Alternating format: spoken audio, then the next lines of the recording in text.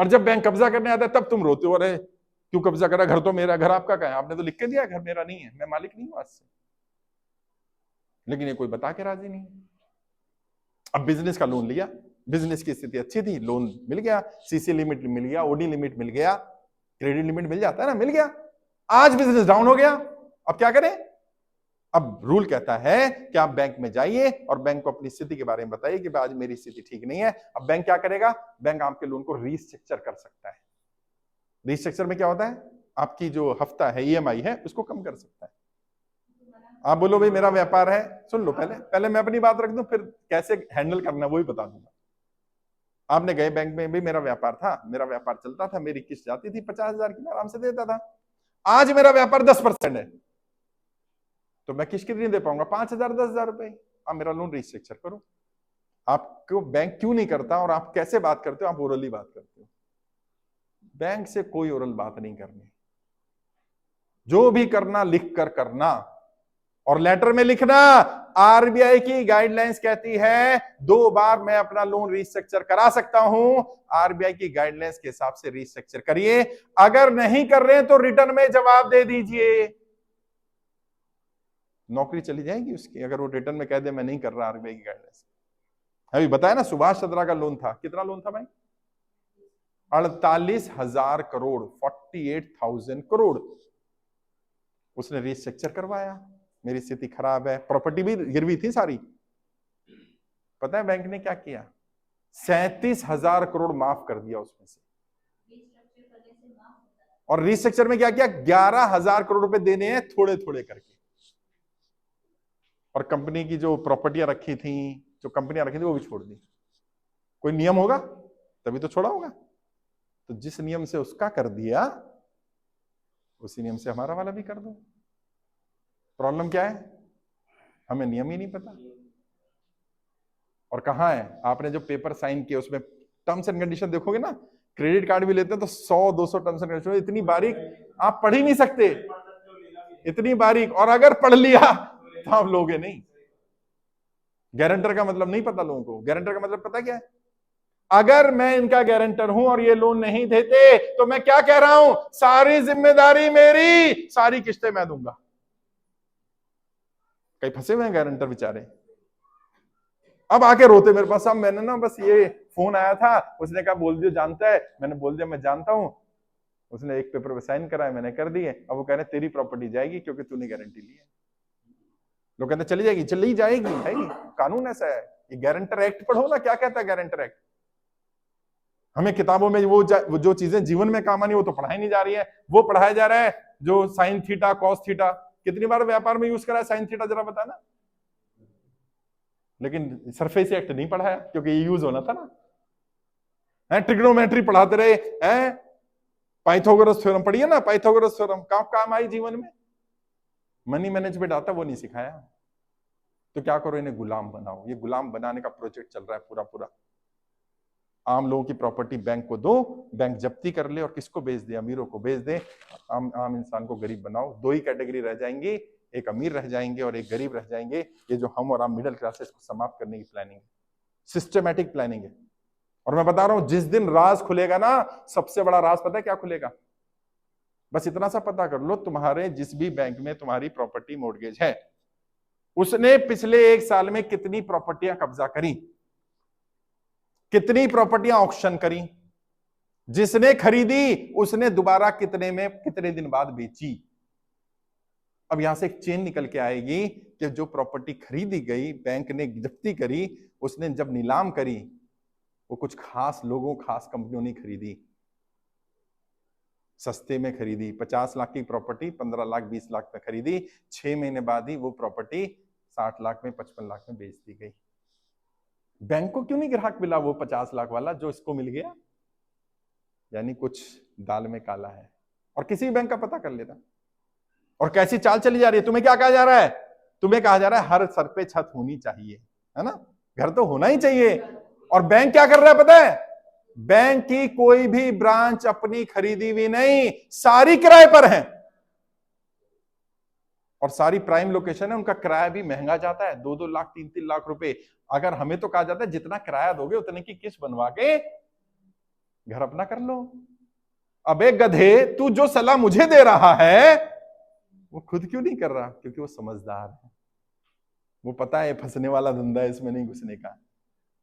जो बैंकर हैं मुझसे नाराज है वो बैंक वाले लोग। बैंक वाले लोग क्रेडिट कार्ड यूज नहीं करते। एक बैंकर है मेरा मित्र है, अच्छे बैंक में। मैंने कहा भाई एक पेमेंट करनी है, क्रेडिट कार्ड दे दियो। क्रेडिट कार्ड वो तो नहीं है ना भाई। यार क्या बात कर रहा है, बैंकर इतना बड़ा? कह रहा मूर्ख नहीं हूं, बैंकर हूं। मैंने क्यों? कह रहा बताना मत किसी को। मैंने बता तो सही, फिर तो देखूंगा मैं किस किस को बताना है। कह रहा क्रेडिट कार्ड सबसे बड़ा जाल है लोगों को फंसाने का। 2 लाख 3 लाख की लिमिट का कार्ड उसको दे देते हैं हम जिसकी 20-30 हजार की नौकरी है। अब वो क्या करता है इमरजेंसी में, तो भाई पैसा जेब में पड़ा है तो यूज कर लेता है। जब तक सही यूज करता सही है, जिस दिन बाउंस होता है उस दिन उसे पता चलता है मैं कहां फंस गया। 30% 40% का इंटरेस्ट साहब कभी भर ही नहीं पाएगा, ये तो मर जाएगा। और एक एक छोड़िए, 2-2 5-5 10-10 क्रेडिट कार्ड लेके घूम रहे लोग। मेरे पास नहीं है, फाड़ दिया। मैंने कहा नहीं, ये तो फंसाने वाला काम कर रहे हैं। और मैं ये सब क्यों कर पाया, और क्यों मैं तुम्हें कर्जे की दलदल से निकाल पा रहा हूं, क्यों तुम्हारा दर्द समझ पा रहा हूं? क्योंकि मैं कभी कर्जे में था यार। मुझे मालूम है वो दर्द क्या होता है। जो अच्छा इंसान हो और घर पे कोई मांगने वाला आ जाए, देने की नीयत है, पैसा नहीं है, कैसा महसूस होता है मैं वो दर्द जानता हूं कि कहा भी ना जाए और सहा भी ना जाए। किससे कहे जाकर? कौन सुनेगा? कौन मानेगा कि मेरी गलती नहीं है? तो मैंने तय किया, जब मैं उस कर्जे की दलदल से बाहर निकला, मैंने तय किया मैं इस कर्जे की दलदल से जनता को बाहर निकालूंगा। मेरी ट्रेनिंग मैंने तैयार की, कर्जे से बाहर निकलने के 20 तरीके। वो ट्रेनिंग पेड होती थी, व्यापारी को देता था, फीस होती थी 5,000 रुपए, फ्री कर दी। और उससे लाभ ये हुआ कि लगभग 20 लाख लोगों ने ट्रेनिंग अटेंड की। और इस सरकार ने, तानाशाही सरकार ने क्या करा, वो यूट्यूब चैनल ही बंद कर दिया। क्यों सिखा रहा है तू इनको कर्जे से बाहर निकलना? अरे तुम्हारा पैसा नहीं ले रहा यार, मैं उस व्यक्ति को गाइड कर रहा हूं, बेटा फंसना मत, फंस गया तो ऐसे ऐसे निकल जाओ, मैं भी ऐसे निकला हूं। नहीं, तुम नहीं सिखा सकते, बताओ। ये आजादी, ये डेमोक्रेसी है, ये तानाशाही है। और मैंने रामला मैदान से, आप में से कोई पता नहीं रामला मैदान आया कि नहीं आया? कितनी संख्या थी, कितने लोग थे वहां पर भाई? 2.5 लाख लोग थे साहब, पैर रखने की जगह नहीं थी वहां। मैंने वहां से भी कहा था, मैं फिर कह रहा हूं, मैं नहीं चाहता कि मुझे किसी नेता के खिलाफ बोलना पड़े, किसी पॉलिटिकल पार्टी के खिलाफ बोलूं। हमारी किसी नेता किसी पार्टी से लड़ाई नहीं, लेकिन अगर ये नेता सुधरेंगे नहीं, अगर ये पार्टियां यही सब करते रहेंगी कि जाति धर्म में लड़ाते रहो और इन्हें यूज करते रहो, इनका वोट लेते रहो, तो अब ये ज्यादा दिन चलने वाला नहीं।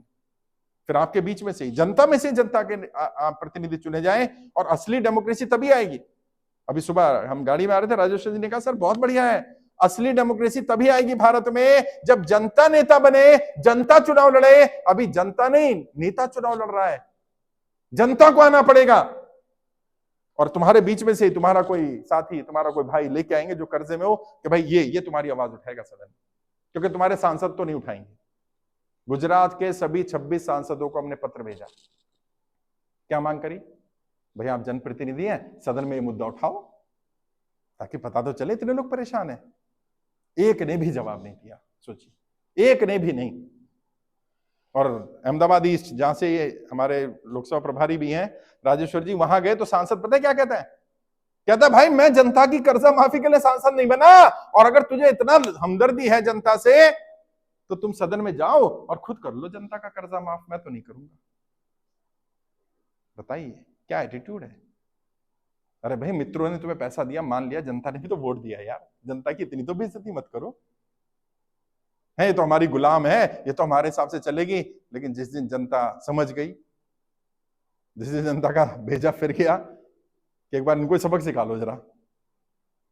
और कई बार होता है, बार बार जीत करना एक अहम आ जाता है, एक गुरूर आ जाता है कि ये जनता कीड़े मकोड़े हैं, ये क्या कर लेंगे, तो एक बार झटका दे दो कि समझ में आ जाए कि जब ये कीड़े मकोड़े अपनी असली ताकत समझते हैं तो ये सत्ता पलट देते हैं। मेरी किसी नेता किसी पार्टी से लड़ाई नहीं है, लेकिन उन्हें सुधरना पड़ेगा, या तो जनता कर्जा माफ कर दे। और मैं कह रहा हूं तुम्हारे यहां भी आएंगे, चुनाव आने वाला, नेता आएंगे, एक ही सवाल कर रहा हूं, भाई साहब जनता का कर्जा माफ करोगे कि नहीं करोगे? बस अगर वो कहे करूंगा, उसका साथ देना, बोले नहीं करूंगा, बोलो तू कौन मैं कौन, हम भी साथ नहीं देंगे, सिंपल। किसी पार्टी का हो, हमें कोई फर्क नहीं पड़ता। जो जनता के साथ नहीं है, अब जनता को उसका साथ नहीं देना। देश की जनता मरती रहे, व्यापारी मरते रहे और मैं चुपचाप बैठा रहूं, ये नहीं होने वाला भाई। हम तो काम करेंगे, कर रहे हैं, लगातार काम कर रहे हैं, लोगों को अवेयर कर रहे हैं। और देखो हमारे इस काम के कारण ही क्या हुआ, पिछले लगभग 18-20 महीने में 2 लाख से ज्यादा लोगों को हम आत्महत्या करने से रोक चुके हैं साहब। ये बड़ी अचीवमेंट है। जहां भी जाता हूं ना, 2-4-5 लोग मिल जाते हैं, कहते साहब आज जिंदा हूं तो आपकी वजह से हूं, आपकी वीडियो सुन ली थी वरना आज दुनिया में नहीं होता। यही मेरी अचीवमेंट है। और मैं आपसे भी कह रहा हूं, देखो मैं आज यहां आ गया वडोदरा में, मैं तुम्हारे घर तुम्हारे मोहल्ले में तो नहीं आ सकता, तुम जा सकते हो। बस इतना सा काम कर लो, तय कर लो मेरे मोहल्ले में कोई व्यक्ति कर्ज के कारण आत्महत्या नहीं करेगा। बस इतना तय कर लो। किस जाति का किस धर्म का मुझे मतलब नहीं, अपने इधर 50 घर, इधर 50 घर, इधर 50 घर, इधर 50 घर तय कर लो, सबसे मिलो, बोलो भाई कोई कर्जा हो, परेशानी हो, दिक्कत हो तो बता दियो। कर्ज मुक्त भारत अभियान चल रहा है देश में, अभियान निःशुल्क है, कोई गलत कदम मत उठाना, एक आदमी तेरी लड़ाई लड़ रहा है, संदेश पहुंचा दो उस तक बस। पता नहीं किसका जीवन बच जाए।